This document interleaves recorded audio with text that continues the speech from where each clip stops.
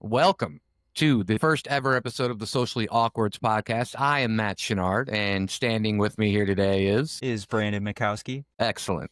All right, so today we're going to have a topic that's probably on a lot of people's minds this time of year.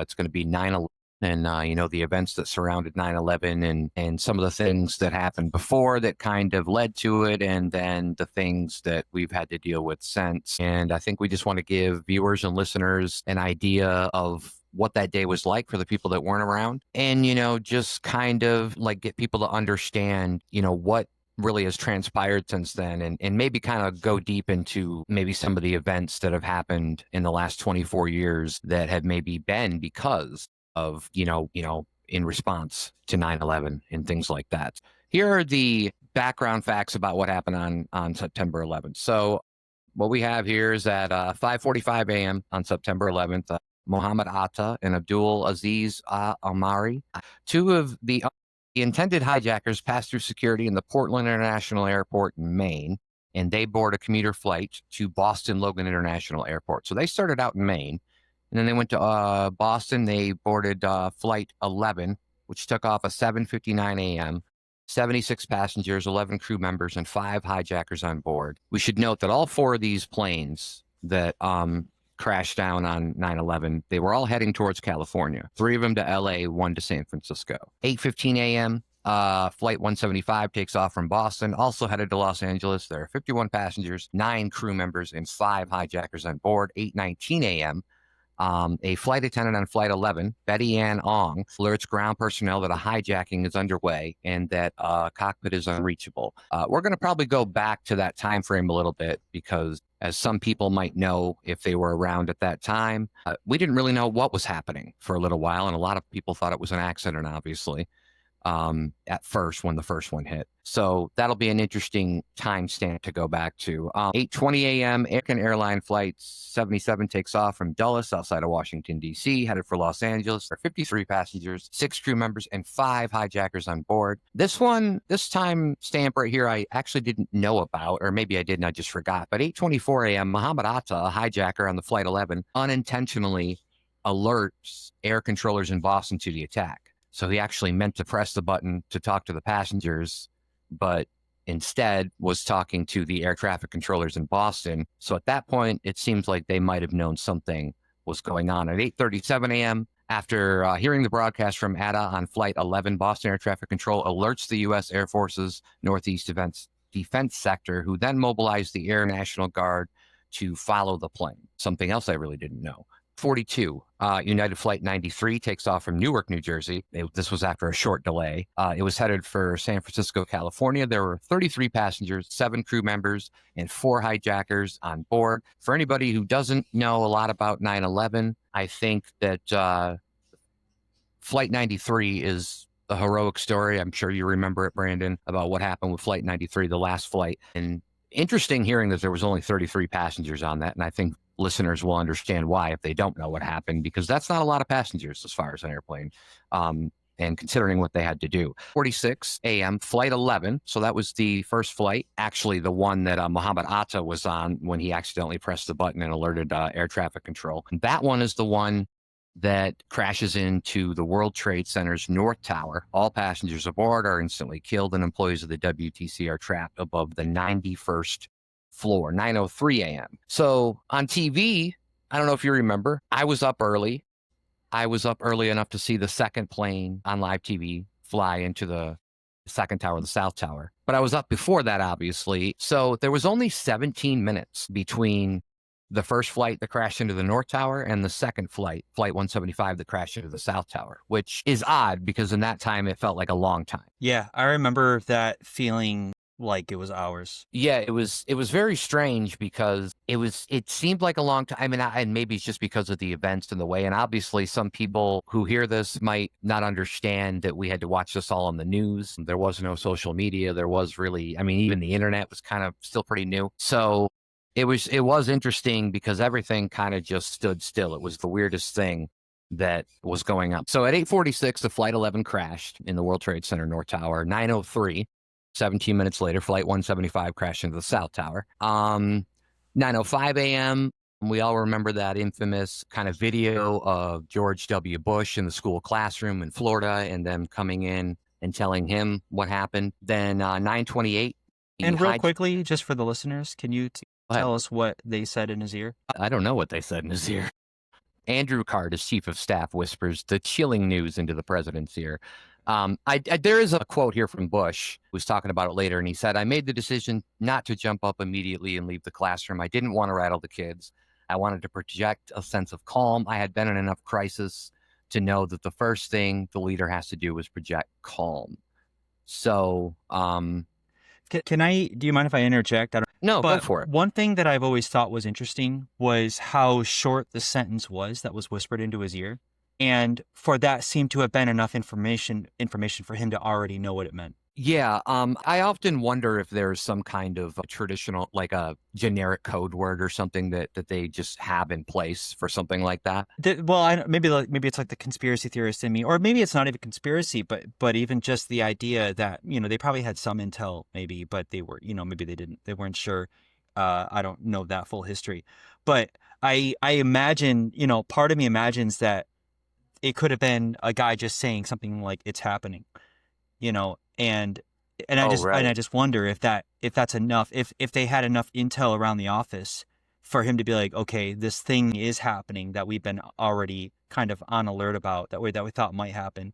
That kind of plays into the conspiracy, that the people who say it Well, was planned, and then you got the people who say that, well, they knew about it but they let it happen, and all that kind of stuff. So I just always wondered if that's what he said, was just like it's happening, like yeah, operation, and you threw me off with that question because I do wonder if that's ever been answered. I'm not sure if that's ever yeah. been answered. But yeah, that is I think that's part of the conspiracy theory, is of how he projected calmness and the shortness of the message. So I think that kind of ties in to the conspiracy theories. And I figured that we might touch on those at some Yeah. point. Okay, at 9:28 a.m., the hijackers attack Flight 93. The Flight 93 is of course the one that ends up being taken over by the passengers and crashes in Pennsylvania later on. Flight 77 crashes into the Pentagon at 9:37 a.m. And 9:45 a.m., U.S. airspace is shut down under Operation Yellow Ribbon. All civilian aircraft are ordered to land at nearest airports. And at 9:55, Air Force One, with President George W. Bush aboard, takes off from Florida. 9:57, passengers aboard Flight 93 begin to run up toward the cockpit, um, and the pilot, Jarrah, begins to roll the plane back and forth in an attempt to destabilize the revolts. In 9:59 a.m., the South Tower of the World Trade Center collapses, all caught on TV.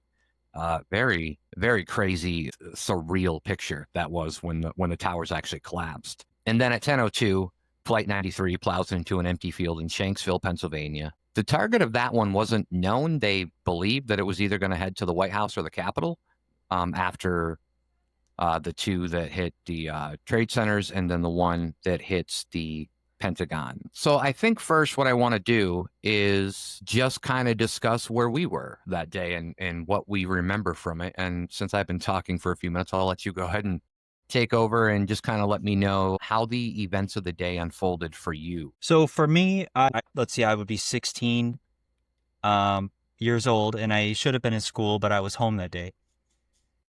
So yeah, I was home, and I remember the news was on after the first plane hit, because my mom, she was a stay-at-home mother, and so it was her and I basically at the house watching this and just talking about what it could be. And I remember the newscasters talking about debating whether or not it was an accident or what it was. I think everybody wanted so bad to believe it was an accident because it just seemed like such a preposterous kind of series of events, for a plane to have hit this tower. And it was just the most radical thing you had ever seen on the news.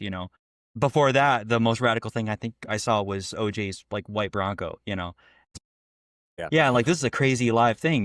So yeah, so you're seeing this like smoke pouring out of this tower one, and yeah, and we'd already went over this before, but it did feel like a long, I don't know, maybe 2 hours is a bit of a stretch, but I mean, like even in my memory, if you had told me it was like, I don't know, 48 minutes between plane hits, I would have believed you. Like I wouldn't even have given a second of thought without looking up the facts for myself. So yeah, that's what it felt like. And then when the second one hit, I do remember the feeling. Like it was such an odd mixture of feelings. And maybe I would like to ask you about this because this is something that I've thought about, which is like I think I wasn't quite old enough to feel as much fear. I think as some of the other, I don't know. At my age, 16, I didn't feel quite as much fear as I sensed like other adults feeling. But I also felt a lot of uncertainty, because of the whole situation. So I just didn't like, I didn't really know how to feel. There was a little bit of fear. There was a little bit of like, um, yeah, like a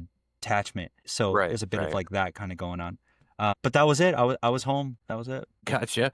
No, I get it. I kind of think that it was probably like when someone was a teenager or younger when JFK was assassinated, and I think that that's probably a little bit to see the actual president being assassinated on live TV is pretty crazy in its own right. I kind of attribute a lot of it to like that feeling. I feel like kids probably knew that it was just awful and horrible, but didn't really know what it meant in the whole aspect of things. And nobody really knows. No, none of us really know, like when an event like that happens, what is going to perspire in the future that's going to really be affected in that manner. I was 18 at the time, so this would have been my first year out of high school. And I woke up and still living with my parents. And I don't remember exactly what time I woke up, but it was very surreal. And then obviously seeing the second plane on live TV hit the other tower and just the reaction from the people in New York City, and the newscasters and other people like that. It was crazy. I worked at Mancino's Pizza at the time. Shout out to Mancino's Pizza.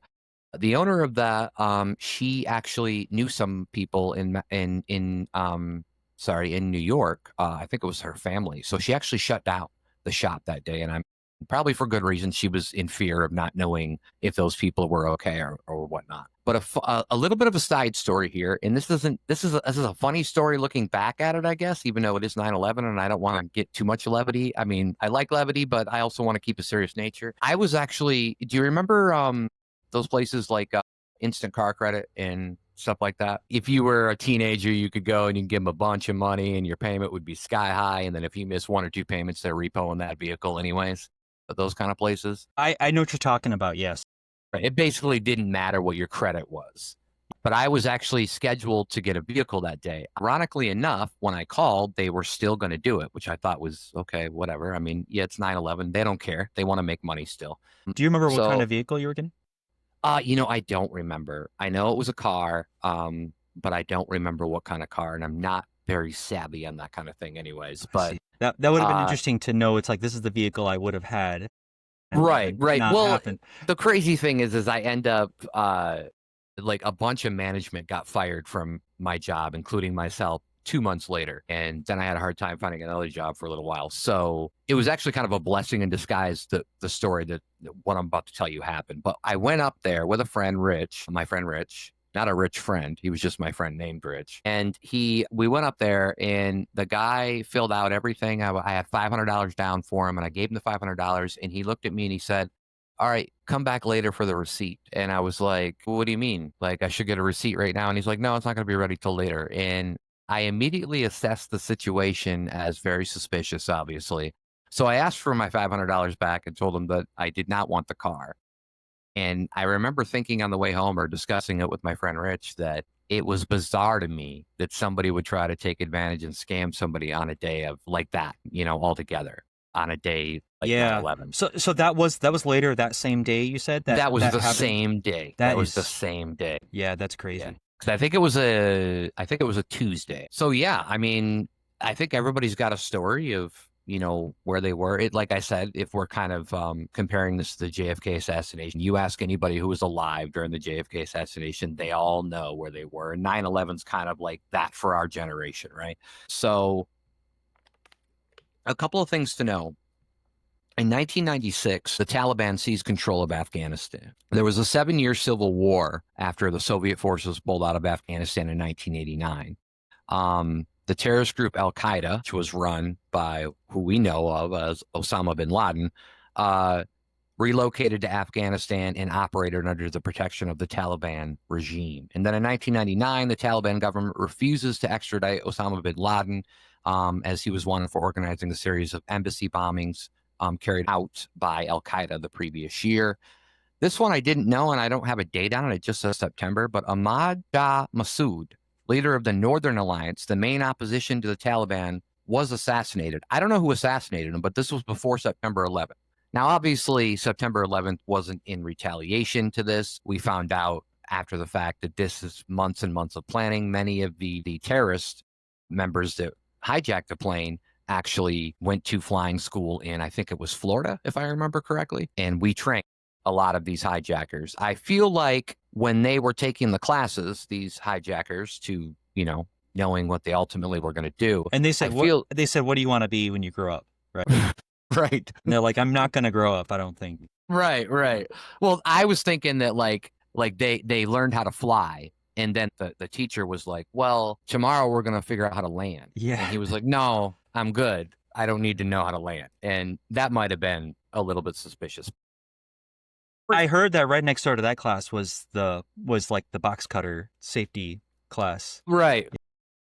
They were able to hop from one class to the other and get the whole course. Yeah. So they knew that box cutters were allowed. And yeah, and I don't and we make that joke a little bit, and we're sorry for people who might, get offended by this. We're just trying to get some levity into the situation. But a lot of people might not know too, like you were mentioning the box cutter, that is how they took over the planes. And it might seem kind of odd that it was just a box cutter. I mean, the thing is that if you don't know, I mean, at that time, even, being a pilot and having your plane be hijacked, and a box cutter, can do an unknown amount of damage up to being completely lethal, right? So, right. And you just don't know what these people are going to do with the plane.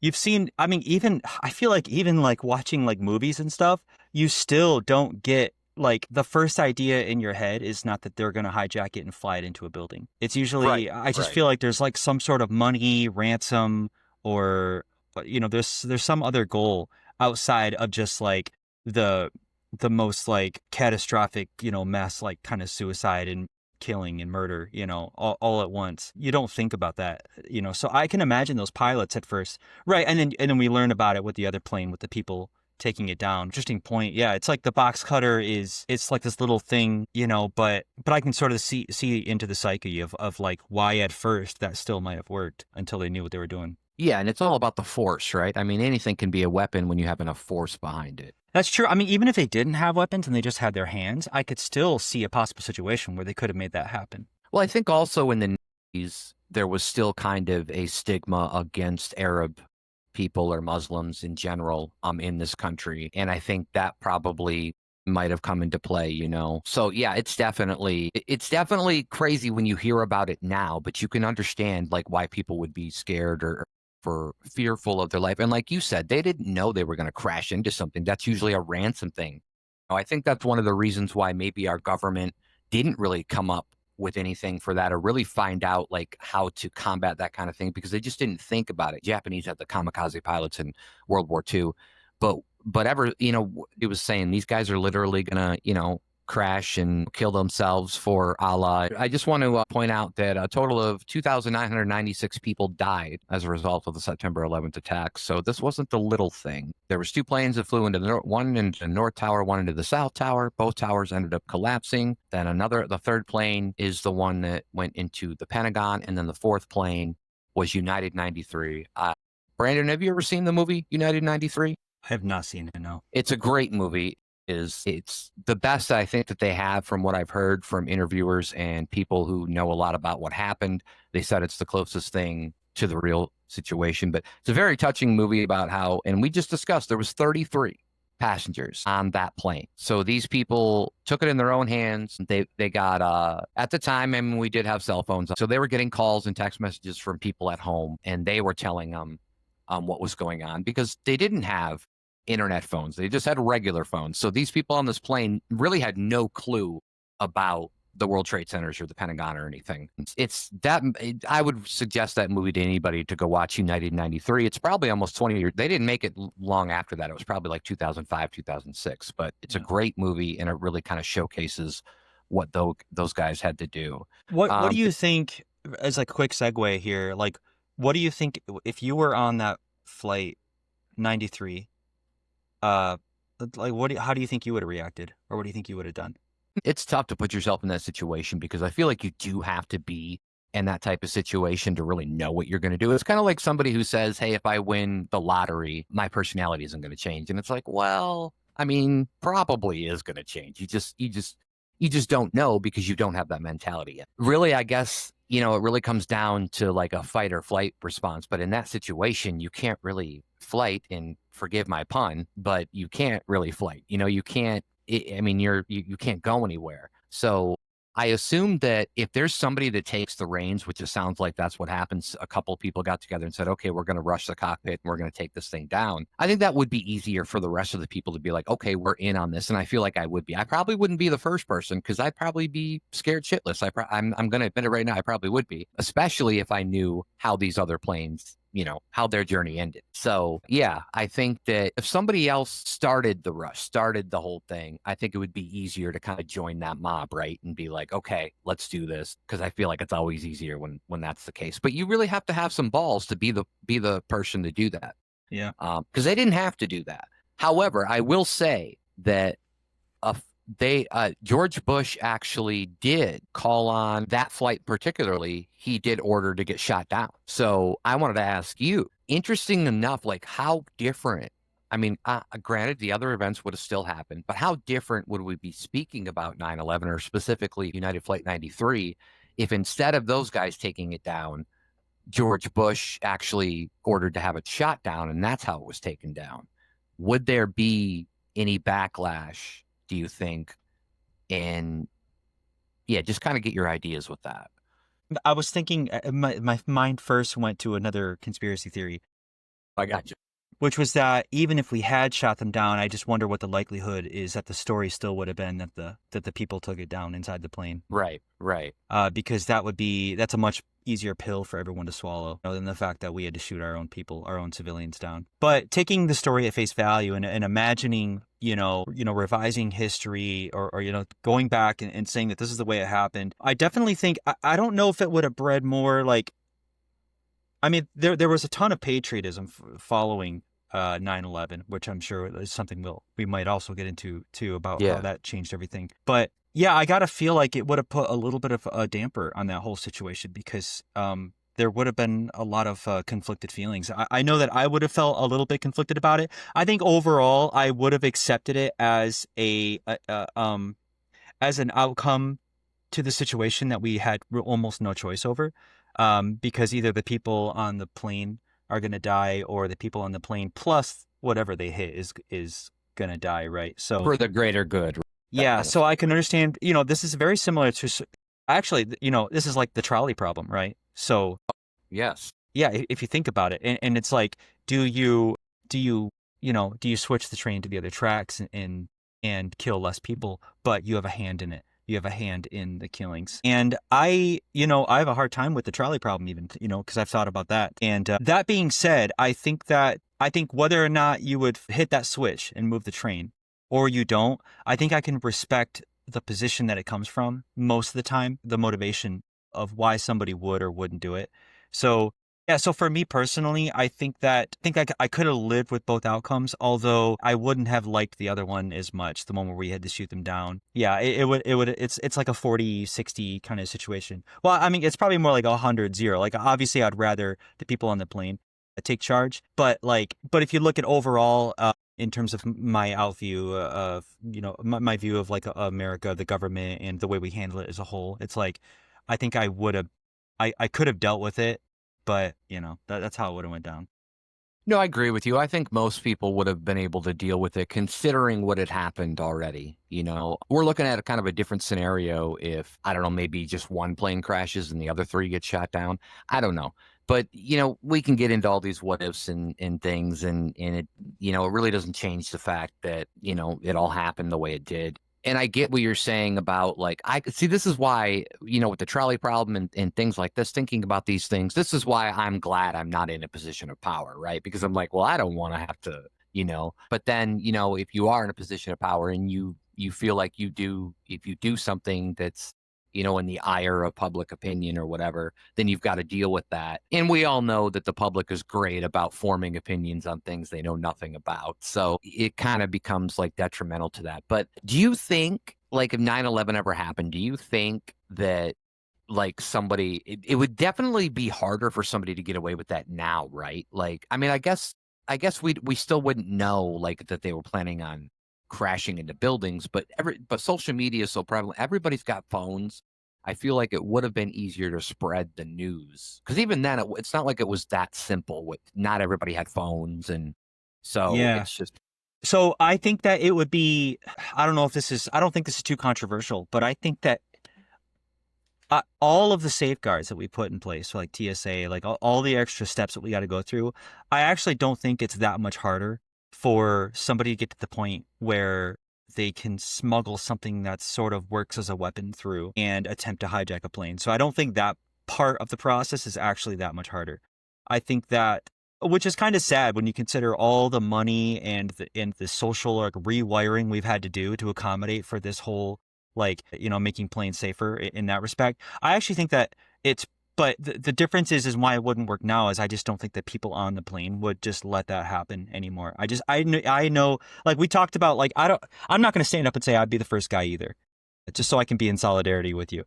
right. So, but I will say though that if I'm on a plane and somebody hijacks it, I think that I would be part of the group of people that says we just have to take it back because we've lived through that history and we know what it leads to. Even if the hijacker is like, well, no, I'm actually gonna, maybe I'm not gonna, or whatever he says, I'm gonna land it in Italy and we're all gonna have a beach vacation or something. Right, right. I just don't, I think I'm still part of that group that tries to take it down. I trust, and I think I heard a statistic that this is another segue about like how like most men think that they can land an airplane, but it's like in actuality, it's it's a very extremely low likelihood that that happens. Is there a statistic that There, says that there, most men think they can? there's a statistic that says that I'll put it this way because I don't know the exact one. I don't want to say it wrong, but the amount of men who think they can it vastly outweighs the actual statistic of like the odds of the average person who's not flight trained being able to land one of these airplanes. So the real chance of that happening, they found, I remember seeing something, it was like very low. Like I want to say like below like 5% of the time it successfully happens. But it's like a much higher number of like men. And and what's funny is I think I would include myself in that group of men who's like no matter what, there's still a voice in my head that says, I think I could probably land that plane. Is that anything to do with like playing video games or anything like that? Or do you think it's just over like arrogant? Like Well, what is it? it might just be a side effect of being a man, or it might be no, I think it has a lot to do with video games. Actually, I throughout the years when I was younger, I played a fair bit of like Microsoft Flight Simulator, and that's one of those games where, they try their best to make the physics and the plane like the dynamics of it flying through the air and everything, the flaps and thrusters, and you got your gears are down or they're up and it affects your flight. So I played through that enough to feel like to give me a false sense of security that like maybe I could be the hero in that situation. Um, Right. Although I know the real statistics say that I'm probably not that guy, but I like to believe that maybe I could be. I Maybe wonder where that overlaps. Like, does that overlap with like other things? Like, do men feel like they can beat up a bear or like take down an Oh, alligator, that's a really great or question. is it just Um, like about planes? It is kind of interesting to know. Like, well, we're the greatest. do you think you have, if you search your mind right now, do you think you have anything like that it's like you just think you could do this thing in this situation? But Oh no, I'm a big wuss. I think what it really just depends. I mean, obviously you've got to be confident enough to know this, to know like that you can overcome something, but you also have to have common sense, right? You also have to know that it's not like you can just be confident from like a 40-story building and be like, yeah, if I jump, I'll be fine. You got to have the common sense to know, well, obviously I won't be fine. So I guess it's a balance, I think, and then you've got to figure out what you can actually do. I don't know if I have anything like that. If it were to come to anything, it'd probably be the paranormal for me because I'm like on the line of being skeptic, but at the same time, I've seen some things where I'm like, I don't know how to explain it. But I also feel like there's just a lot of unexplainable things in the world. But if I were to see a ghost or like some kind of, I don't know, mythical creature, Bigfoot, let's say, even if he was blurry, maybe he's just naturally blurry. I don't know. He's just, I think that um, I'd probably be like, I don't think I'd run from it, but I You'd just be say okay. that now. No, I don't, this is I mean, interesting. Interesting. I say that, but I don't really know for sure in my mind. And that's the other Yeah. question is it's like, isn't that kind of what we're getting at? Is that if you think Yeah. about it and you say you're going to do it, like, hey, yeah, I can land this plane. Obviously, in the moment, aren't most of those people in their minds are just going to be terrified. I feel like in the moment, but you can say anything you want. Like I could sit here and say, yeah, I could walk into a store and stop a robbery. No, I couldn't. I mean, so it's all really, it is different. And you just don't know unless you're in the situation. Experience makes the difference in a lot of things, right? That's why Yeah. cops have to go through things and everybody else. But that's interesting. It is very interesting. I want to note to everybody that we had just said the numbers of the people that had died on that day, which was 2,996 people. Since then, over 63, and I didn't know this number, as of September 2024, and these numbers are from the World Trade Center Health Program, over 6,300 individuals enrolled in this program have died from cancers or other diseases linked to 9/11 exposure. So we have more than doubled the casualties since then, just in diseases and people. I mean, people got so much dust in their bodies, and there were a bunch of, I think, they found some foreign elements in the dust, all these things that people shouldn't be breathing in, Yeah. from the building and from the plane. And it looks like the plane's just practically disintegrated in there with the gasoline and all that, and the oil buildup. But yeah, so 6,300 more people have died since, and that's the estimate as of September of last year. So very interesting to kind of know that, I mean, it just wasn't that day that caused all the fatalities. There's been a lot since then. And thankfully, they do have that World Trade Center Health organization to kind of help them with kind of like an insurance or something that I know I've seen people fight for in Congress. So that's good. I want to ask you, this may be kind of a question that, requires deep analysis maybe, because I was thinking about it myself and I'm like, I don't know personally how it has. I mean, I do, but I don't. When you don't have a control subject, basically, to kind of like a placebo effect here, we don't know what life is if 9/11 didn't happen, right? Because it happened. So I was going to ask you is, do you think that 9/11 has affected your life in any way to where if it didn't happen, it would be different? And that could be that could be mental health. That could just be everyday, just your everyday life in general. Granted, we should probably note that we're from Michigan, so we weren't anywhere near New York City. But I know there was a lot of people that were there, and it's a different scenario if you were there on that day. I do know that. Or if you had people that you lost that you knew no matter where you were in the country, but you had family or people that you lost there. So do you think that affected you in any way? I think that mentally I wasn't greatly affected. And in terms of like the person that I became afterwards, I don't think there was a big direct effect, but there certainly were effects, like economically, right? Like the way society changed around me, it has a butterfly effect into, into like who I became. So there might have been an effect that way.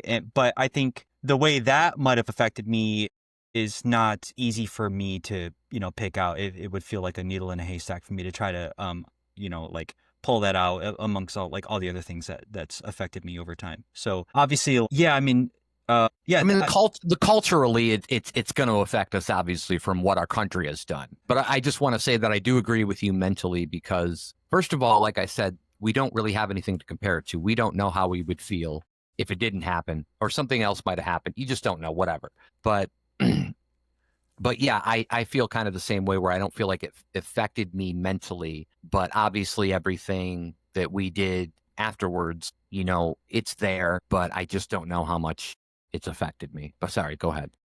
I think that right afterwards, And I think that this rippled through me, that I became possibly a little bit more patriotic than I was beforehand. I think that I definitely felt the wave of patriotism afterwards, where I just like there was a sense of like unification where the whole country just had this one idea, like when Bush was like, we're going to war. I was like, nobody like nobody wants to say like, well, I don't want to say nobody actually, because you'll correct me on that, and you should. Most people, I think, don't want to just see people needlessly die for no reason.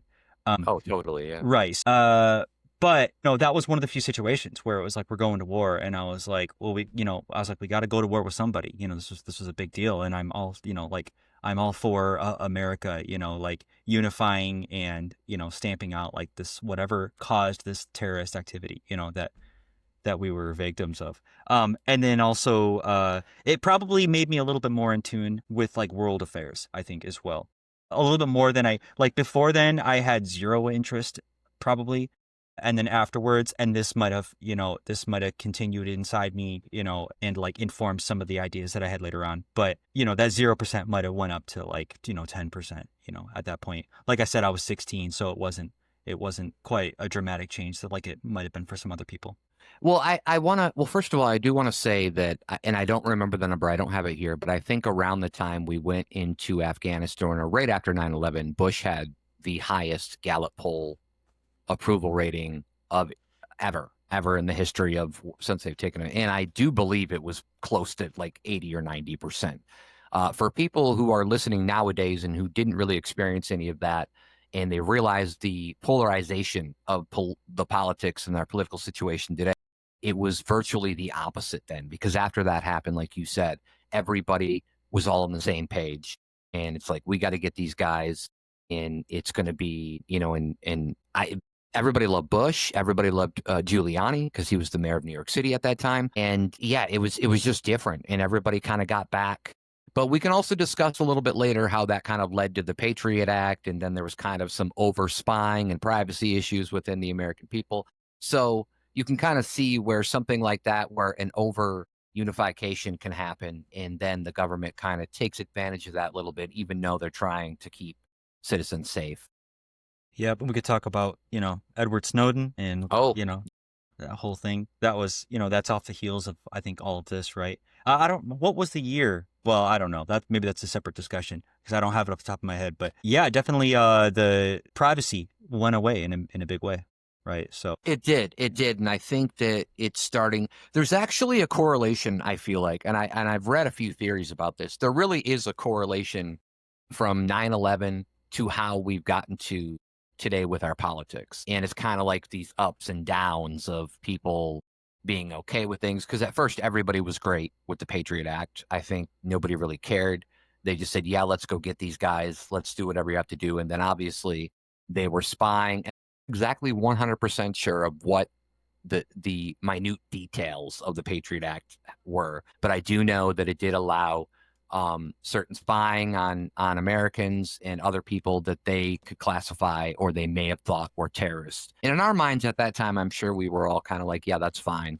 And we have it's a good scenario. So I also want to talk a little bit about well, we'll get into that in a minute because we're going to get into going into Afghanistan and then going into Iraq.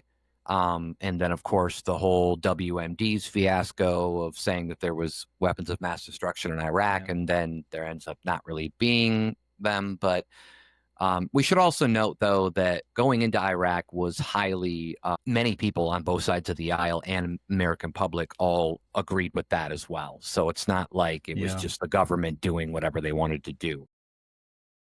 Real quick, before we move on to that, because I pulled up a few points about the Patriot Act, because I Okay. do think that is an interesting thing. Yeah, definitely. Because I don't know that, like, I don't think I know enough about exactly what was in that, but I do know it has had a major effect. I thought the first thing that was interesting was that it says it was passed on October 20th, 2001, which is like, Super fast. oh yeah, super fast. For From, something, yeah, for something this large and sweeping to get past that fast, the support must have been, unanimous and just, and that was everybody went Democrats past. and Republicans That's right. coming together like, I mean, like they don't do now. I mean, Yeah. it's just, it was Holding insane. hands. Right. Like some of the key points here that I have are surveillance expansion. So it allowed the FBI and the NSA to conduct roving wiretaps, which is described as monitoring a person across multiple devices and not just one phone. So I'm wondering what it must have been like before that. There was probably some sort of like governmental process, or maybe like a judge would approve tapping, one phone at a time. So I guess roving is just like more of a sweeping wiretap of like here's Matt, and I just want to have carte blanche to just tap everything that he's connected to, Right. his 3 phones, 5 laptops, and you Which know, was odd because I feel like back in that time, probably people didn't have a lot of things, right? I mean, they that's were true. probably Yeah. still, I mean, they were probably tapping landlines. And for anybody who doesn't know what a landline is, it's what we had before cell phones. Yeah, I mean, the Patriot Act is super forward looking because it's got to be 10 times more powerful now. Like the kind of stuff that the stuff that it allowed the government to do is probably 10 times more powerful in today's day and age than it even was Right. then. Right. Um, Permitted sneak and peek warrants. Law enforcement could search a home or a business without immediate notification. Wow. Yeah. Um, so thinking about that, I would assume that meant that they always would notify you while it was happening or right beforehand. Like, hey, we're doing a search. So it sounds like this allows them to do that without even having to do any kind of notification there. Broaden government access to business, library, medical, and financial records through Section 215, library records provision. So that doesn't strike me as that odd because I would assume that they already had access to some of that stuff, especially, you're talking library, but medical and financial records, yeah. So broadening their access to that, I'm sure the government still has plenty of fingers in all those pies. Right, Yeah. right, and we should note that you're talking because people are going to hear you and say they were just trying to see what people were checking out at the library, and it's like, well, yeah, a lot of people. This was, like I said, this was before the majority of the internet getting big, and so people were still going to the libraries, and that was probably the best way, if they're checking out the anarchist cookbook or whatever these books are Yeah. that might be Did a you little ever suspicious. did you ever download that? I never did. I never did. Uh, I mean, I've heard a lot of things about it, and I think I might have seen the actual like book before, but no, I've never yeah. downloaded it. And now you're part of a watch list. I think it's a good time to really quick before we get into other stuff. I want to say hello to our fake sponsor for today. I just want to let everybody know that we're happy to support iCrispy cereal from Genital Mills. It's a wonderful cereal, and it's now comes in different flavors, Brandon. And if you didn't know, it comes in chocolate and saline flavors. iCrispy cereal, wonderful for a nutritional breakfast in the morning. Get yours today at your local ophthalmologist's office. Brandon? That's great. Yeah. Can you just repeat the who makes that again? Genital Mills. It Okay. makes I feel like I'm not hearing you right. You said that one more right. time? It's the Genital Mills. Yeah, Okay, I got it. Yeah. Okay. Genital Mills. That's who makes the iCrispy cereal. Also comes in fruity varieties, and you can add raisins, bananas. I love to do that with mine, and I like to actually, I like to eat mine with tang instead of milk. Makes it taste much better. It tastes like human tears. So let's move on. Thank you to our wonderful sponsor from Genital Mills and our iCrispy cereal. Let's continue on with, well, let's talk a little bit about these conspiracy theories. I didn't do a deep dive before this episode, but I do vaguely remember some theories, and they were revolving around a specific building, the smaller building. There was 2 towers, and then there's a small building. I can't remember what that building was called. It was building and then a number. And there was some conspiracy theories on that. There was also conspiracy theories I do remember of people saying it wasn't a jet that hit the Pentagon. Some people think it was a bomb. So do you have anything to elaborate? Do you have any more information? Because it might be kind of good to let some of these people know that a lot of people didn't believe that this was just Osama bin Laden and Al Qaeda, that this might have been an inside job. Yeah, well, I've heard of the controlled demolition. Well, so there is the bomb theory, but maybe I'm adding even more onto that because Right. I have heard that people think that, it was like a deliberate, right, sort of controlled demolition. And I think people cite the fact that the towers fell in a way. It's like if you're in New York and you were tasked with taking down a building and you were doing a good job at doing it, they fell in a way to where it seems like somebody doing a good job at building demolition would have wanted Right. it to fall. And so it lines up that obviously you would do things like I don't know what you do with a building that tall, but I got to imagine that you would have better safeguards for the surrounding buildings to make sure that like other and some sort of plan in place for all that debris. But I do know that that is one of those ones. I don't know if I have any more information on that. And if you want to know personally, I don't subscribe to that, but I do think that there are some interesting points. I've seen the video footage where it looks like there's a slight like flash right before the plane hits, and but these, with like aero like dynamics and also with photography and video capabilities back in the day, there's so many like artifacts that can show up in this footage that it's hard to, we can go all the way back to the moon landing and talk about like, or Right. like image Well, artifacts. I mean, it's so hard because conspiracy theories come out of events that we've basically never seen happen before, right? So when they happen, obviously there's going to be people who are saying, well, that doesn't seem right. And I know there was people that said, I think there might have been, I don't know if they were legit architects or something, saying that the building shouldn't have collapsed. And then there's other ones that have came out and said, no, they knew where to hit them to make them collapse. And I'm sure it wasn't hard to, get that information. And we should remind people that Osama bin Laden, he had a huge, powerful reach at this point with a lot of different people. And he was kind of in the Middle East. And kind of, they tried to get him in Afghanistan. And then in 2010 or 2011 is when he was finally, taken out. And I believe he was in Pakistan when they took him out and when they found him. But it was just when you don't see something ever and you see it for the first time, and we know about all the conspiracy theories around the JFK assassination, which are probably much more legit than this situation. But it is weird how certain things happened, and then you get all these people who say they're so-called experts at certain things, and they say, well, this shouldn't happen, or this is what should have happened, but it didn't happen. And so yeah, it's very weird. But I don't really think, like you said, you can't really just dismiss everything all at once. You got to say, okay, there's merit to certain things that people are saying. But on the other hand, I don't know. I mean, if that's what happened, then what happened to the planes, right? Like, there's obviously other questions. Like, it's like, well, the plane, like, did they just land them somewhere and those people are just being held hostage for 24 years? I don't know. But yeah, so it is very weird.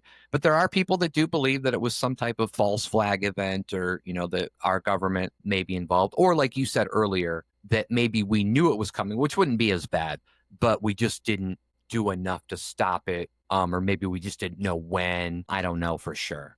But Yeah. it's interesting. I do remember one of the things that fueled conspiracies early on, that because the footage on the Pentagon strike is just not great. It's really actually, I actually don't, like I said, I don't personally subscribe to most of these conspiracies.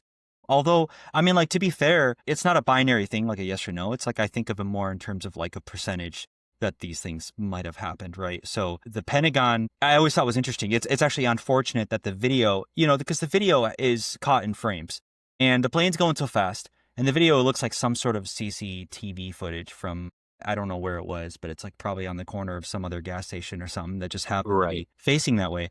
And it just so happens we didn't catch a good frame of what looks like a plane hitting the Pentagon. It looks like a little bit of a blur, and then now there's a hole that doesn't really match up with the kind of hole that you want to expect from a good sized plane hitting. So I don't know. What do you think about the Pentagon crash? Well, I think that as we continue to go on and other people see that footage, obviously with what TVs and what, like, with the resolution and the things and, the frames per second and all that stuff that we have nowadays, as that just keeps getting better and better, people are going to look at that footage and be like, what is, it's kind of like when we go back and we're like, what is this thing about? Like there's that old footage of supposedly dissecting an alien or whatever at Area 51, and you're like, what is this? Yeah. But even the JFK, the gosh, I forgot the name of the film, but the main film that they used to see what happened and how there was a bunch of theories of that. And like I said before, I think there's much more merit to the conspiracy theories of the JFK assassination than there is to 9/11. I didn't really see anything like where we would be in need of a false flag event at that point. Like why would the government do that? I'm not saying that, our government has done some atrocious things in the past. We all know that. But I don't really, it's not like there was a big divide. It's certainly not like it is today. And, Bill Clinton had just got out of office. The last president, by the way, to leave the office with a budget surplus, which is astonishing to me. But he also did some other things in the Oval Office that, talked about in a negative way with cigars. But anyways, I think that there was a little bit of divide because maybe we should talk about the 2000 election for a second, because there was the whole scenario where Bush had won the state of Florida by just a couple hundred votes, and then there was a recount, and then the Supreme Court stopped another recount from happening. That was actually, and then Al Gore actually took a couple of weeks to actually, secede in the race. And so it was, but that's really all I can think of. And that wasn't, and there was people that were upset, Democrats that were upset about that. Yeah. About Bush winning because his brother Jeb was the governor of Florida at the time, and Florida was the state in question. So people feel like there may have been little hanky panky. Well, not hanky panky. Yeah. Sorry, I'm back to the Clinton thing. The cigars. Yeah, sorry. I was thinking about that. Yeah. Yeah. Sure. Only the best for her. But yeah. So, but I really don't think that like George Bush and their administration said, we got to make this happen to make people unite. That wasn't that big in that sense, especially when you compare it to like what's happened in the past like 8 or 10 years in this country now. But yeah, so I think, did you have any more on the conspiracy theories? Well, yeah, I have a couple other ones that are less. Okay, go ahead. Yeah, that are less common, but it might be interesting for us to go through. These are a little bit more obscure. So okay, we're gonna get to the bottom of the barrel, but this might be where things get interesting. That's could be, because our thoughts about these things won't be saturated with what society has already talked, our ears off about. So right. Okay, insider trading. Okay, this is number 5 in this list that I pulled up here. I have a feeling that this happens all the time. Yeah. So here's the claim. Unusual stock trades on airlines and insurance companies before 9/11 show prior knowledge. So that's the claim, that there were unusual trades. And one of the key points here is that there was a surge in put options. And right now, I think put is where you're betting that the stock's going to go down. Gotcha. So put options on United and American Airlines days before. Interesting.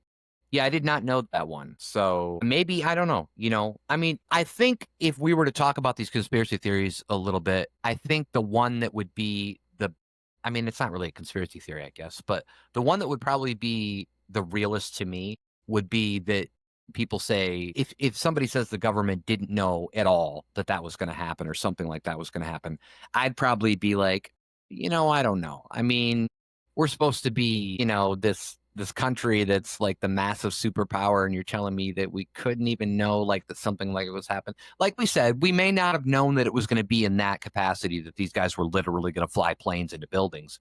But I feel like that, maybe we did know something, or we had some warning signs. Obviously, there was a bombing in the World Trade Center in 1993, I believe, that might have been blamed on Al Qaeda or terrorist that was related to Al Qaeda. There were signs there, but that would probably be the one I could get on board with if somebody told me, hey, I think the government knew that something like that was going to happen. I'd probably be like, okay, you're probably not far off. I mean, maybe they did.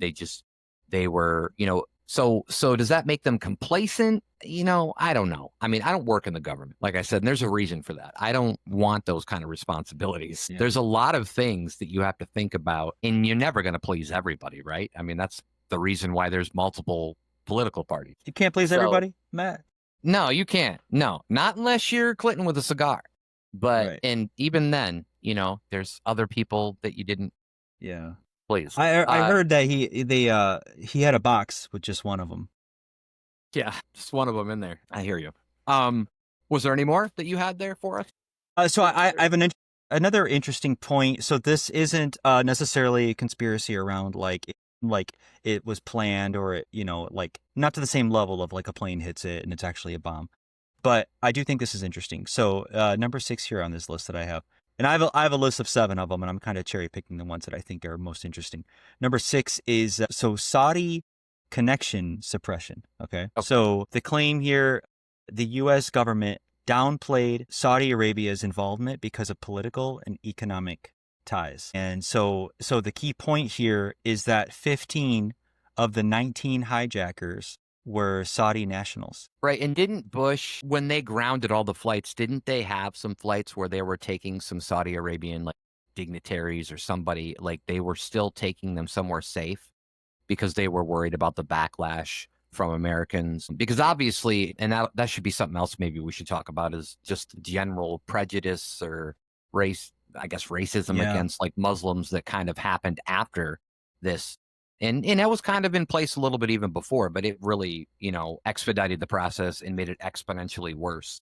I read somewhere that the like, I don't know how that you want to exactly measure it, but the hate crime incidents of like these nationalities, certain types of people, and up 1,600% was what they said. What was the increase on what they classify as hate crime? For anybody that doesn't know, that's 16-fold. That's 16-fold. That's what fold means, I think. I don't know. Yeah. I don't know. Maybe 16 bend, more of maybe. Whatever it is. I'm not sure. It's one of those things we don't know. Do you have any more? Well, just to piggyback off the Saudi connection is that one of the things, so it says it was part of the 28 pages in quotations so this was classified. These 28 pages were classified until 2016. So it took that long for that information to be released, the Saudi connection there. So it kind of begs the question a little bit, like was that part of the reason why we felt like it had to be classified so long? So were we getting most of our oil from them at that time, or were we? I mean, I know we kind of go. I know the Middle East is pretty. I think nowadays we do a lot of processing in our own country and drilling and all that, but I don't know how much oil we were getting from them at the time. I always know that even when the Gulf War happened in the early 90s and like the prices spiked a little bit. So I'm just trying to figure out but I'm sure you're gathering that. Gathering. I am. Yeah. I'm pulling up some information on gathering. So oil import context. So like in 2001, the U.S. imported about 11.6 million barrels per day. And I don't know what that number is today, but I got to imagine that it's even larger, right? So the top suppliers are listed as Canada, which was the largest. Which is 15 to 17% of. It makes sense for logistical purpose and geographical purposes, right? And so in second place, we have Saudi Arabia listed between 14 and 17%, which could put it in third place depending on where exactly that lands. It's fair to say second place, Saudi Arabia. And then in third, you have Mexico. So, and that goes to your point, which is like you have Canada and Mexico, which are logistically much easier places to import from. And then you have Saudi Arabia, which is the logistic. Which is made out of like gold now, isn't it? Like, isn't the whole country just like everybody's like a lot of people are rich and they live like, I don't know, they live like Scarface kind of, but with less violence, I think. Yeah. When you get off the plane there, you know those like gold coins where you get them on Christmas and you take off the foil and it's a chocolate coin. And then in Saudi, I guess when you take off the foil, it's actually just a gold coin underneath. But you don't want to eat that one. Yeah, you don't eat that one. Yeah, it'll hurt. But yeah. All right. Were any other conspiracy theories that you wanted to discuss, or was that? No, I think those are the main ones. I have. The other ones mostly touch on things that are very well known, well trotted, and things we've already talked about. Gotcha. Okay, so we went into Afghanistan the same year, and then we went into Iraq in 2003. But we went into Iraq under the assumption, first of all, I want to kind of reiterate to people that as far as I'm concerned, or as far as I've read or known, there was no Iraqis involved in any of the 9/11 or any of that stuff. Al-Qaeda was not based in Iraq. But there was still kind of this feeling that that might be a conspiracy theory in itself, that George W. Bush wanted to go into Iraq and kind of succeed in where George H.W. Bush, his father, kind of had failed in the Gulf War by overthrowing the regime of Saddam Hussein. And the weapons of mass destruction thing they've made, there's a movie, I think it's called The Green Zone with, I think it's Mr. Matt Damon, isn't it? I believe. And he's searching during that time, and he's kind of questioning his ranking officers about not finding these and why they're actually there. So it's kind of an interesting flick. But yeah, I mean, and I don't know a lot about this because, we don't really, I don't know how much of it affected us. And we can talk about the anthrax and the smallpox scares if you want at some point. Also, because my mind scatters all over the place and I don't want to forget anything. I do want to note that you said you were 16 at the time. I was 18 at the time. Now, for me, my cousin Brett, who was also 18 at the time on my father's side, he joined the army specifically, as far as I remember, from what I know, from because of 9/11. And I thought the other way. I was never an army kind of person. I respect and think that the job that those guys do is amazing. But I just feel like there are certain people who are just not meant for it. And I just felt like that person, like I just wouldn't have been any good. So that's why I didn't join anything. And I guess I didn't really think like that too, but there were people of my age who were just ready to fight. And I did want to ask you, did you know anybody like that? I mean, even at 16 or know anybody that was older that was like, hey, I want to go fight for our country now because of what happened. I had some extended family that joined the military, but I don't know if it was necessarily as a result of 9/11 or if it just would have happened anyway because of the nature of the family they came from, and their I kind of gotcha. beliefs about what they wanted to do. So, I can talk a little bit about me personally. I know that, I mean, like, I would have entertained the idea. I was too wrapped up in other hobbies. I was really deep into music at the time. And so the idea of having a military career path was You not. were super, super famous in Greece at that time, if I remember. Your music was just it Oh, was like sure, it, yeah. it was like it was like Hasselhoff from like Germans. Yeah, I had a Love. I had a chin dimple that you could see from a Yeah. mile away. I just remember you eating a lot of beets and feta, so I just Sure. figured. Sure. I might be getting the grease part mixed up, but yes. Right, right, right. I'm not sure anymore which grease we're talking about. But yes, I agree to all of it. It's all true. Okay, good, good. So yeah, also, I have this streak of like this anti like authority kind of streak in me where it's like I don't want to like the the prospect of having to follow these like strict orders in the military just didn't appeal to me at the time either. So No, I get it. I get it. And I'll be honest with people, I just don't think I was strong enough. And I feel like right away, if you don't feel like you're strong enough, they probably don't want you. They probably want people who think, who want to fight. And we can at some point in this long podcast that we plan on doing, maybe we can discuss the Vietnam War and the draft and how all that stuff happened, and get more into that. I also want to reiterate to people before we talk about going into Iraq and the weapons of mass destruction, reiterate to people that this was also different in the sense that we weren't like in any other war, we were going to war with a country, right? But now we were going to war with terrorist groups that yeah. didn't really have, I mean, we went to Afghanistan because that's where Afghanistan allowed those people in there.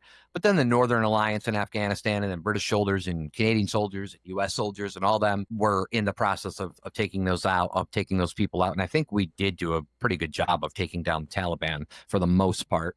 But then we could talk about how that might have created ISIS and all that stuff later on, whatever. So, yeah, I just want to reiterate to people that it was more difficult because we weren't facing a country. It's not like World War II where we're like, okay, Germany and Italy and Japan, they're the bad guys. We weren't doing that. It was probably harder for the intelligence community to really figure out, what they were doing because it wasn't a country. They had to go after terrorists and it wasn't just in Afghanistan. But do you want to add any more to that? I think that you make a really great point with what we went to war with, and we did go to war with terrorism and terrorists, but it's like in a sense, I think we went to war with the worst thing you can go to war with, which is with an idea, and that's what we were Yeah. at war with, which was an idea, and like I think that an analogy that I like to, like the idea is oil, and going to war with it, I think might be like trying to put, an oil fire out by pouring water on it. And so it feels in some ways like that's what we did. Right. And in no means is terrorism dead. I mean, technically, you could say the war on terror still exists to today, and it's going to be ongoing. There's always going to be bad eggs sprouting up everywhere. Building 7, by the way, was the building I was referring to that sat with the Twin Towers. I did think there was some kind of conspiracy theory with Building 7 because that did collapse but it did like it was like in the evening. It was way later than everything else. Well, I didn't know It, that. and people were wondering, I think, like why, like I think that might have been part of the conspiracy theory is what, like, did they do this on purpose later on? So I don't know if you can gather some information on that for us. Real quick, while we're waiting for that, do you agree or disagree looking back of going into Iraq, even if it was on false pretenses about there being weapons of mass destruction and then us not finding weapons of mass destruction? Or did that not really kind of even enter your mind frame at that time? I mean, you could say how you feel about it now. Yeah, I don't know if it entered my mind that much. The idea of weapons of mass destruction, and even now, I mean, like I really like talking about all these points, and I'm fine diving into them. But like on the surface, like I tend to lean towards the idea that we probably thought they had something and they didn't, and Right. I think that on the surface, that's what I feel like is closest to some part of the truth. That was what we were operating under. Yeah. So, but that being said, I do think it's possible that we knew they didn't really have at least the kind of weapons of mass destruction that like the average, I feel like, citizen was led to believe that they were holding on to. So I do think that's possible, but in my mind that might be more like a 20% probability. I feel like the Occam's razor kind of situation. It's just that we thought they had something, we went in and they didn't have it. But Right. but the thing is that maybe even it makes sense. Like the government might have only actually thought there was a 40% chance that they existed, but they want to go in so bad, right?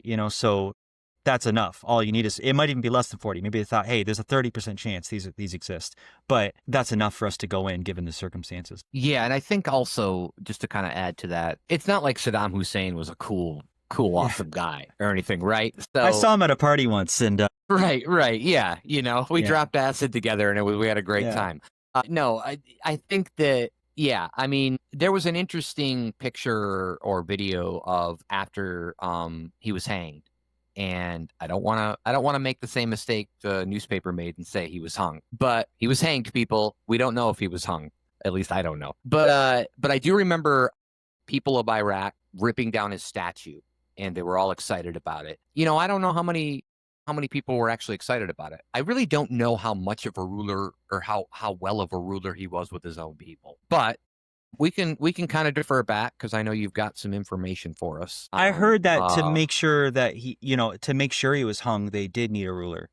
They always need a Yeah. ruler. I hear you. So continue. That joke's a little late, but keep No, going. it's Keep it okay. going. It works out. It Yeah. works out. Did you find anything more on us about, or more for Building more on 7. us? Building 7. Yeah, More Building on 7. us. I do. Yeah, let me spit out some factoids here. Because I could have been wrong exactly about what Yeah. time it went down. The but building itself, World Trade Center 7, WTC 7, was a 47-story office building, so located just north of the Twin Towers. This is interesting. We're getting right back into conspiracy corner here, so let's see where this goes. But the tenants of that building included the Secret Service, IRS, SEC, and CIA. Interesting. Yeah. So, you say that, but then again, any building over 45 stories tall in New York might have some element of these 3-letter organizations, involvement. Who Right. knows? You know what I mean? So I don't know. It was not hit by a plane, but it was heavily damaged by debris from the North Tower, and the fires that burned for hours. So yeah, the collapse it happened at 5:20 p.m. Okay, so it was about, I think the World Trade Center is like the first one collapsed. I think just to kind of let people know, I believe the North Tower was hit first by the plane. The South Tower was hit second, but I believe the South Tower collapsed before the North Tower, if I remember correctly. So the one that plane, the second plane that hit the South Tower, it collapsed faster than the North Tower. But I think they both collapsed somewhere between 10 and 11. I think, or something around that time frame. So it is interesting. I could see where some of those conspiracy theories would go with all the 3-letter agencies and the fact that it did take a little while, but it kind of makes sense that it would take a little while, right? I mean, all that other debris falling on it. And Yeah, it would make sense. Let me just say a couple things to tip that scale a little bit more in the conspiracy direction. Okay. And we'll see where we go with it.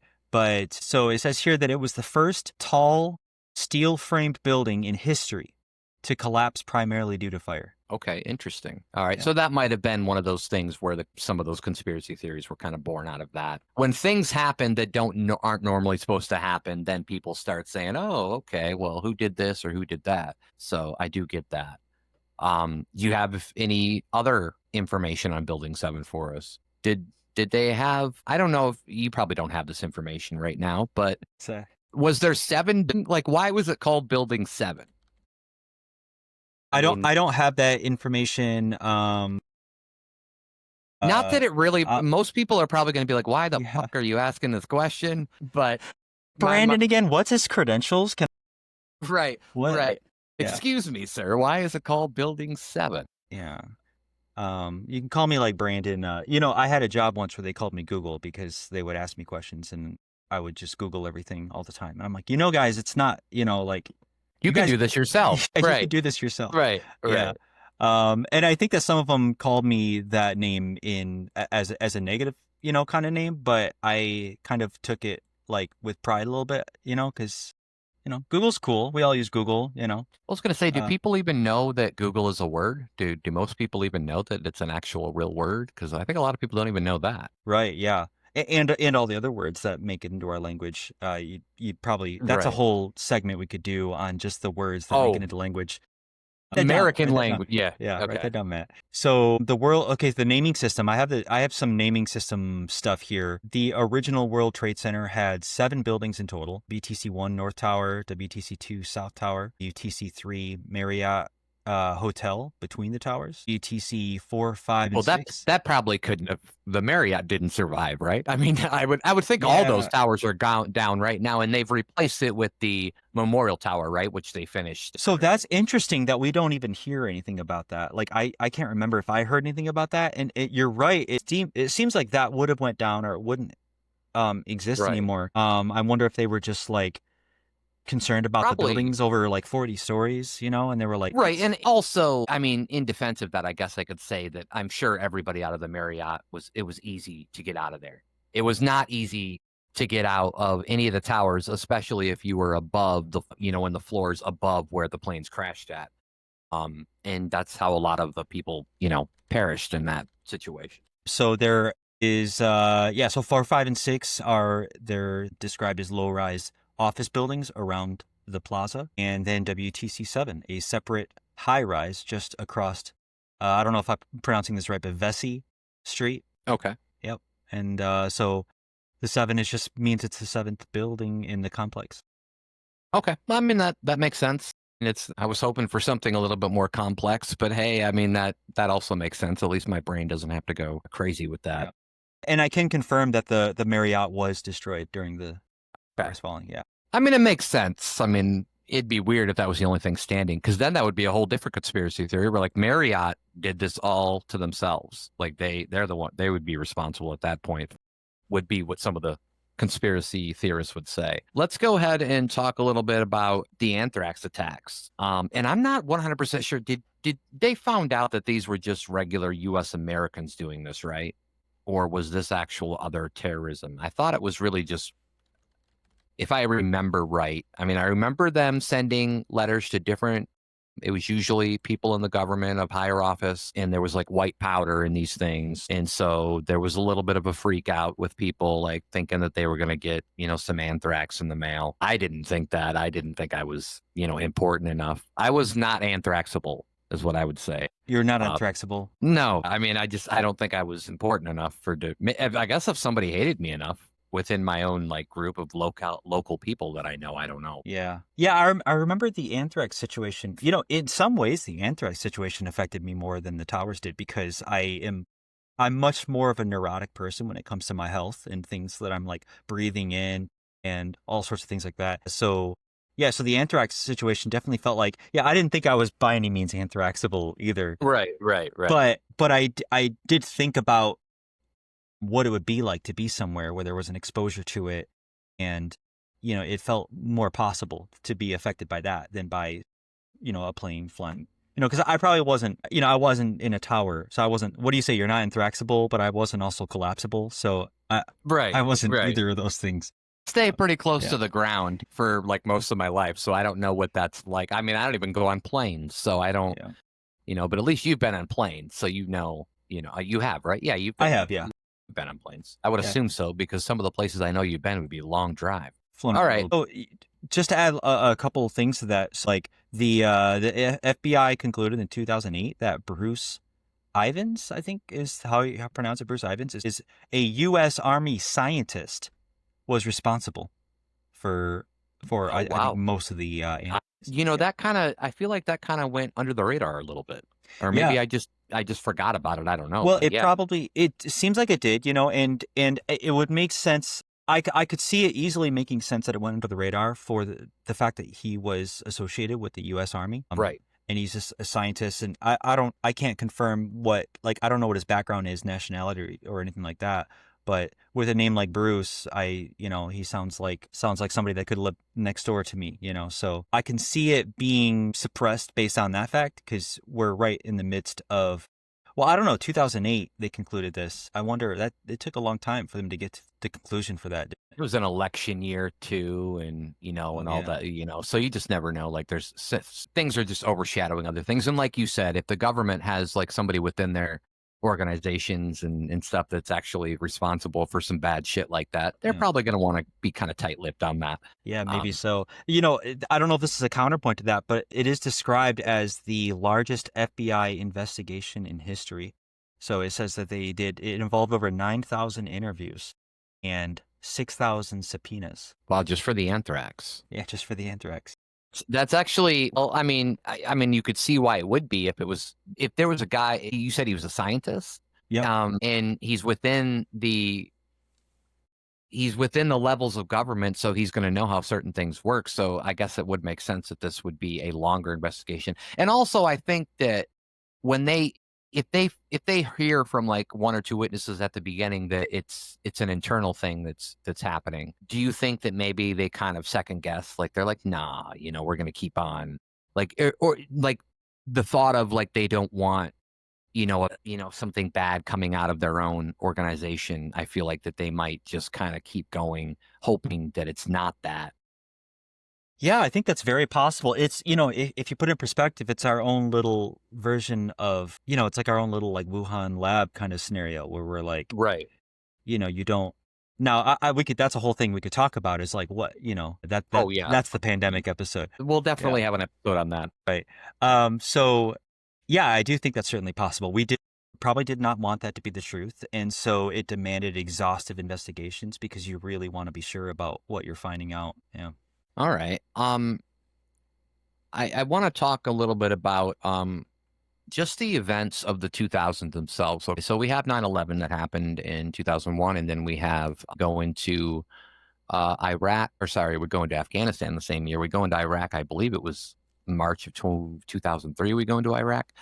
And then we've got the whole weapons of mass destruction thing. We have the anthrax thing happening. Bush gets reelected fairly easy because of, I think like I said, we were still quite unified even up to 2004 when he was reelected. But I want to kind of talk about what and if any of these events led to the housing crash and the issue that we had to deal with in 2008 and 2009. And then Obama comes in and he bails out these companies that are, quote, too big to fail. And really, that was all about predatory lending. I think a lot of that was. But is there any connection at all from which, if you look deep enough into anything in history, I think you could probably connect some dots to two events. And so it'd just be interesting to kind of get thoughts on just, if that kind of led to that, or if it was just like one of those things where banks or these predatory lending sites are just taking advantage of people because they know they can, and that their attention is diverted elsewhere into world events or anything else. Yeah, so off the top of my head, that I think that's a really interesting point. The 2008 house, I never would have on my own wondered about the direct connection there. Right. But I do think there are connections, and I think that's an interesting thing that I want to pull some stuff up about. But just out of my own brain, I do think about like, the bailout situation with bailing out these large companies during the two. I mean, we probably all, I'm assuming, have you seen The Big Short? Yeah. I was going to recommend that. I keep recommending movies, but Yeah. I'm glad you brought that I up did because see if that. Yeah, anybody wants to know I like saw it. exactly kind of how, that came about, watch The Big Short because I think it does tell a good story in that way. But go ahead. Yeah, so I do think I do wonder. Now, this is a little bit down like conspiracy lane, but I do wonder if like bailing out these big companies was helpful. I almost think that like these big companies that we bailed out, some of them were, there's a lot of government overreach for surveillance, right? And we know that their fingers were in a lot of pies as far as businesses and medical and things like that.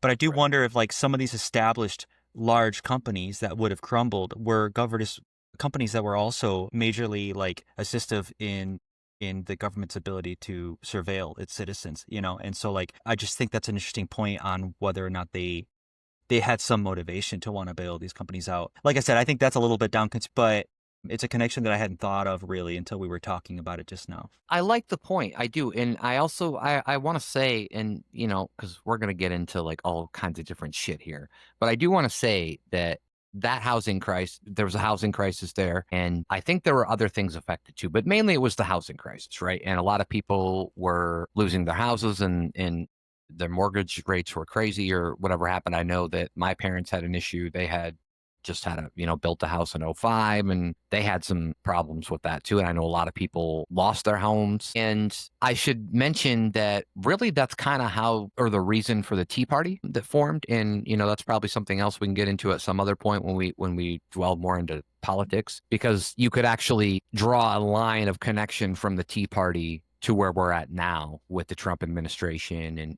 the MAGA movement and things like that. So that'll probably be something we can discuss in another episode. But yeah, it's very interesting, and I get really giddy when certain events kind of like connect, because that's what's kind of fun and interesting about history, right? Is that all these things connect for a reason. And what would it, people always ask, like, what would have happened if like the Civil War didn't happen or something? And it's like, well, and then there's that thought as like, well, is everything inevitable no matter what? Is it going to just happen? And so if it didn't happen then, would have just happened later. But I digress. I'm getting far ahead of myself. But there was a relation there. If we had any guests that were, if we had anybody we could call that were professionals or experts on the situation, then we'd certainly do that. But most of the people we know do not have information in that field. Well, I do have a friend that I just Oh, called, and my friend has a response that this is yeah. like Who Wants to Be a Millionaire? It's like you called a friend. Yeah, he just phoned in. It's more of a 50-50 situation, so we have to figure out That's which one left is the right answer. all right. All right. But no, some interesting facts though, and some really great connections that I think you're gonna like. So, to prevent an economic collapse after the attacks, the Federal Reserve slashed interest rates aggressively in late 2001. The rates went from about 6.5% in 2000 to 1% by 2003. So that slashing of interest rates, so what that did was it fueled a housing boom. Mortgages became easier and cheaper to carry. This definitely put a lot. Yeah, so this situation, I could totally see this leading up to the 2008 collapse, because you have this kind of market where you have these interest rates being slashed, while at the same time having this sort of what would you say? I'll just say like scammy sort of behavior coming out of these like mortgage companies that are giving mortgages to, and packaging them up, and what The Big Short sort of told us all about, Right. being packaged up in these ways that were like disingenuous to their actual value. So I could totally see this being a perfect storm that would have still been a storm, but maybe not as much of a perfect storm if it weren't for the events following 9/11. And I can see that, and I can kind of talk about a personal story where, like I said, my stepfather and my mother had a house, and when all that went down, the government ended up finding, I know it was Bank of America was where my parents had their mortgage through. Um, and so the government wanted the Bank of America to kind of pay back all this money or whatnot. And my parents had actually defaulted on the loan and lost the house. And when that happened, one of the ways that the Bank of America basically paid off money was by telling them that they were waiving their debt from it. And that counted towards the money that they needed to pay back, to the government or whatever it was. It's a very in that in itself is a very smart, scammy type way of doing it, but it did benefit both the person who had the mortgage and the business itself. But we all know that the practices of certain things and certain companies in this country aren't always above level. Yeah. So yeah, and you make a great point. And another point is that I feel like there's always housing bubbles. It starts off like that. There's low interest rates people buy, and then after a while people can't afford it or whatever it is, or inflation or whatever happens, and then a bubble bursts. And so it's not like the first time that that's happened. It was just particularly pretty bad at that time in 2008 and 2009. Are there any other points of 9/11 that we should discuss? I mean, I've got something about mental health effects. We've kind of discussed how it really hasn't affected our mental health. I think when we get into the COVID episode, we're going to be talking a lot about mental health. But as far as 9/11 is concerned, being there as a firefighter, and by the way, if I had spoke earlier that like 6,300 more people have died since then from diseases and cancers related to things that had happened on that day. There's more firefighters and first responders that have died since that day than on that day, which is kind of prolific in itself. But I could see where there'd be definitely some mental effects to people like that, and people that lived there, or people that knew people. There's a famous Pete Davidson. You know who Pete Davidson is, Brandon? You're aware of Pete Davidson? I'm pretty sure a lot of people are. Yeah. And his father died 9/11. And so there's a lot of stories like that. So I think long-term mental health effects in this country, I'm not sure exactly how much it's affected that in people. But like I said, if you were at the event, it's a total different situation, right? It's definitely a different mindset. Definitely probably affected you in ways that it wouldn't affect me or you. So do you have any thoughts on any mental health effects that may have, affected anybody? Or what's your thoughts on that, if any at all? Or just say pass. You can always just say pass and on to the next one. Yeah. I can phone a friend for this one too, maybe. It's hard. I really want to talk from a personal point, but I think that I was going through so much of my own stuff at that time, being 16, that it's hard. It's so easy to mix the emotions from 9/11 with the emotions of just like teen angst. Teen angst. just feeling like, it's hard to do that without feeling like a member of Blink 182 or any other teen band at the time. I get you. Yeah, I almost might have had this sort of like misplaced broad feeling of like, I don't want to call it like, I feel bad calling it excitement, but just like wrapped up in the tizzy of like the fervor of everybody being like, something's happening in the world, And sometimes there's a bit of that where you're feeling, I don't know, you're feeling like you're living during a time where you're seeing things happen that you normally would read about in a history book, So there was sort of that just like wide-eyed kind of soaking everything in and like seeing like what's happening, being glued to the TV. Thinking about it actually now, I wonder if it did change me in a way where I became more like, it was the beginning of like the early embers of like social media addiction. Was this 24-hour news cycle that started, like, it seemed like before 9/11 the news was the news, and then after that was like the 24-hour CNN channel where it's like you're always getting live updates, because it wasn't just on 9/11, it was like after Anthrax a week later, and then you're like, and now it's like, who knows what's going to be on the news, I wonder if that was maybe the news's first taste of like real, true, like these lasting ratings, and maybe that's because it was around that time that the news started changing to be this thing that we all kind of got to a place now where I think we have a healthy amount of what would you call it, Matt? Our position towards the news and like what we believe. I have kind of a indifference, I guess, towards I have an indifference towards everything like that now, but obviously back then, like you said, I think also, obviously CNN, I think, came out in like early 80s, but like you said, I think that was like one of the biggest main events. I do remember in school, oddly enough, I remember being like, I would have probably been, I don't know, 8 or 9 when the Gulf War happened. And I remember going into elementary school and they would literally have it on the TV in the class. And I remember, like, I think about it now, I'm like, I don't know why you were letting, like, 8 or 9 year olds watch what was going on in the Gulf War.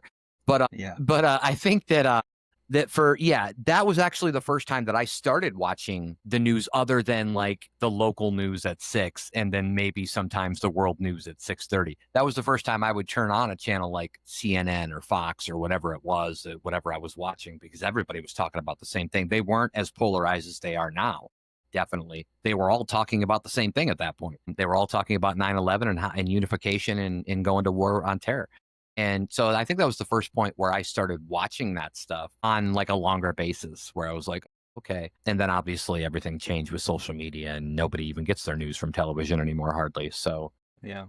it's interesting. I do want to say, so it was May 2nd, 2011 was when Osama bin Laden was killed during President Barack Obama's term, first term. What do you remember about that day? Do you remember? Because that was still kind of news based. That wasn't social media still. I mean, we had Facebook and stuff, but a lot of the other, I don't think Twitter or X and, a lot of those things weren't around. I think it was mainly just Facebook. Obama came out at like, it was like 10:30, 11. It was late at night. It was later in the evening and said that Osama bin Laden was killed. So do you remember anything about that or? I have a foggy memory of seeing that announcement and not didn't have a strong effect on me. What was the date that announcement or that It happened? was May 2011. 2011. So I think it was far enough removed from the event where I wasn't operating on the same sort of emotions that Right. 9/11 had caused. So I definitely thought it was interesting, but I have to imagine I would have thought of it as more of like an interesting political point.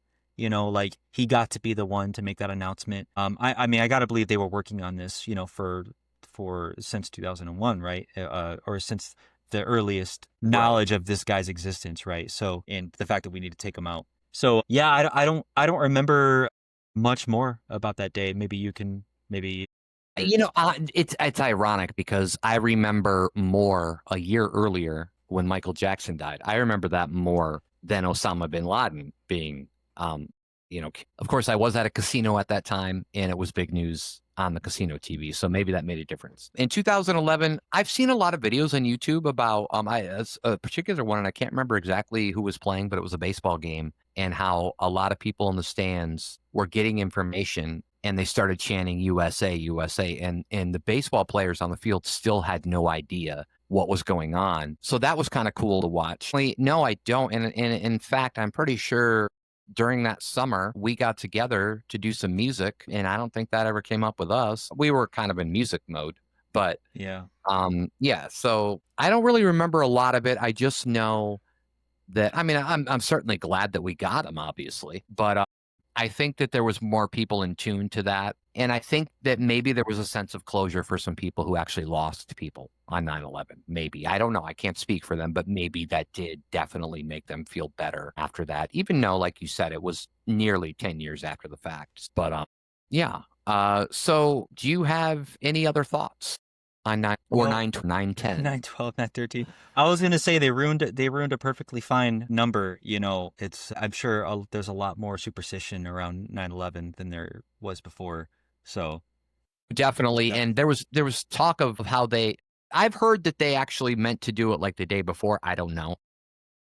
nine I've ten, right? right. Sequential, right? That's yeah, Right. But I've also heard that people say that, well, they did it on 9/11 because of 911, that's what you call. And it's like, well, I don't know if that's true or not. and the country Um they come from probably doesn't. I mean, like, I don't think right. 911 exists. It might be something else. No, I think it's only, I'm pretty sure it's only 911 here, and then every other country has their different way of, some countries you just have to call out for help Right. You and just hope that somebody hears you. you just say 911. Right, right, and they come. But yeah, 9/11 was certainly a huge event. Probably, I would have to say, I guess, I don't know if you feel this way, but it's probably the biggest event that I feel like happened, single events. Well, obviously there was a few things that happened on the day, but that day particularly probably stands out in my mind more than any other day I can really think of. Besides, and we'll get into that another time, but maybe when they announced that everybody was on lockdown during COVID. But I don't know if that's really like the same thing. That's kind of a different thing. So, and that was kind of puzzling, or not puzzling, but that was detrimental for other reasons, which was mainly mental health. I would agree with you. 9/11 was the single biggest event that I feel like I've experienced. Yeah. And we are millennials, and I would assume that most millennials would say the same thing. Sorry, do you say millennial or do you say millennial? Millennial. Do you emphasize that E in the middle? So are you saying Millennial. you as in me, or you as a general you? I'm saying as you. Do you, Brandon, say millennial or millennial? Oh, that's a great question. I think no, I just say millennial. I just have to say it and not think about it. Millennial. Boy, it's one of those words that it's going to lose its meaning. I probably should have just asked you to say it and not told you why. That would have been better. So you say millennial? I say millennial. I don't say it correctly. I think really what is correct. I mean, there's different dialects, different accents. Everybody says things different, even in this country. But I'm pretty sure there's an E in the middle of that word, right? And so I feel like it should be millennial, but I think most people just say millennial. Yeah, I'd probably say it with more of an M-E sound. I know, it's M-I. So I don't know if I'm not saying millennial.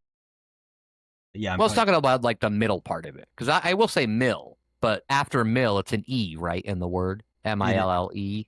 Right. But I think a lot of people say like as it's an I, like millennial, not millennial. Yeah. Just to show you how bad I am at this, I actually made sure I looked up the word millennial just so I had it in front of me to, count through the letters and consonants. Gotcha.